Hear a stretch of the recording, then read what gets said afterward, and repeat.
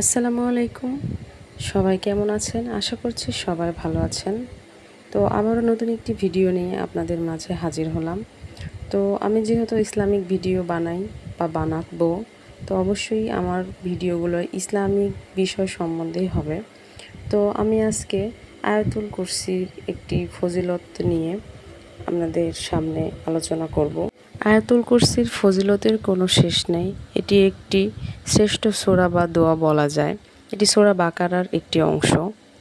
তো কেহ যদি প্রত্যেক ফরজ নামাজের পর একবার করে আয়াতুল কুরসি পাঠ করে তবে তার রুহু আরামের সহিত কবজ হয় এবং শয়নকালে পড়িলে মানে ঘুমানোর আগে পড়িলে আল্লাহ পাক তার জানমাল হেফাজত করেন।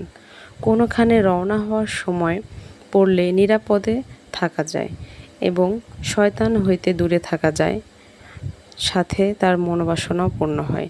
ঘর থেকে বের হওয়ার সময় যদি আপনারা আয়াতুল কুরসি পাঠ করে বের হন তবে ৭০,০০০ ফেরেশতা আপনাদেরকে পাহারা দিতে থাকবে। কখনো কোনো বিপদ আপদ হবে না। সকল বিপদ আপদ থেকে আল্লাহ তাআলা আপনাদের হেফাজত করবে এবং রক্ষা করবে। তো আয়াতুল কুরসির পাশাপাশি আমি আল্লাহ তাআলার একটি পবিত্র নাম নিয়েও কিছু আলোচনা করতে চাচ্ছি।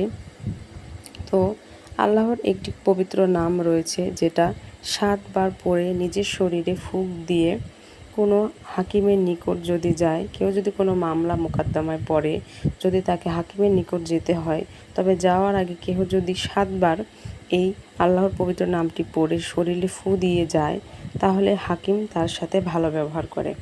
আল্লাহর সেই পবিত্র নামটি হলো ইয়া বা ইসু।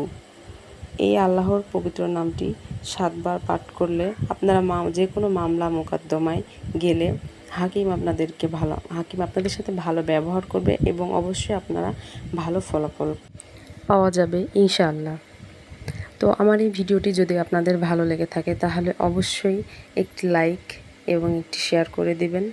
আর আমার ভিডিওগুলো সামনে পেতে অবশ্যই আমার চ্যানেলটি সাবস্ক্রাইব করবেন। তো আজকে এ পর্যন্তই। সবাই ভালো থাকবেন, সুস্থ থাকবেন।